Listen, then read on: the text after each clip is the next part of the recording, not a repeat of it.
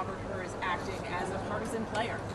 I think today laid bare that the special counsel, who, as you mentioned, was a Trump appointee, made some inappropriate comments about the president in his report that do not match up with the transcript of that interview that now every American can see for themselves. I think that the investigation that lasted 15 months came to the obvious conclusion that there was no case to be made here, that the evidence doesn't back up bringing any charges. That's what he found. That's the result of this investigation. Even a Republican prosecutor found that, and told House Republicans that. And so this case is closed. But do you think you have a political agenda? What is the position that you're trying to make? Is it that there was no wrongdoing by the president? Explain what you mean by that. The conclusion is that there is no case here.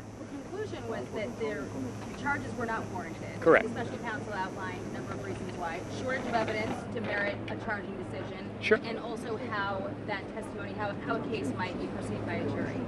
But you're saying case closed, and you're drawing an equivalency to innocence. And the president even said, we're going to make some changes in how we address things here. We're going to try to put in place a system that we can ensure this never happens again. So are you saying that there was no wrongdoing in claiming that the case is closed? Well, in America, we do have the presumption of innocence. And when a prosecutor spends 15 months investigating a case only to determine that there is no case here and that there will be no charges and that the case is closed, it only affirms the innocence of the president. And you're right, the president has made an announcement that he's going to set up a task force to examine how transitions handle their packing of papers and movement. You saw this today in the transcript of his interview with the special counsel that was released. The president talked openly about how, as presidents and vice presidents do, they rely on their staffs to pack up their papers and move boxes and things like that.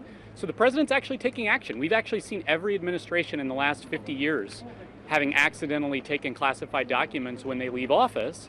And he's going to do something about it. He's appointing a team to look at how those transitions are handled and make recommendations so we can avoid this happening again in the future. Dave?